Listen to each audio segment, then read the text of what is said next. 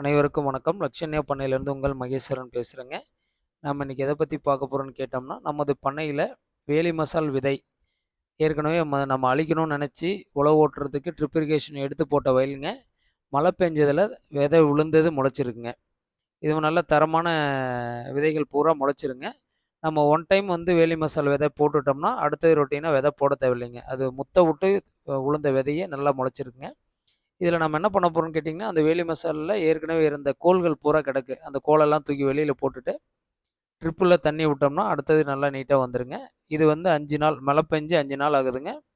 அதுவாக தானாக தோன்றி முளைச்சதுங்க. இது நல்ல முளைப்பு திறன் எப்படி இருக்குன்னு பாருங்கள். ஏன்னா நம்ம வெளி மசால் போடும்போது ஓடெல்லாம் வேக வச்சு தான் போடுவோம். அது மாதிரி தேவையில்லை, நீட்டாக முளைச்சிருக்குங்க.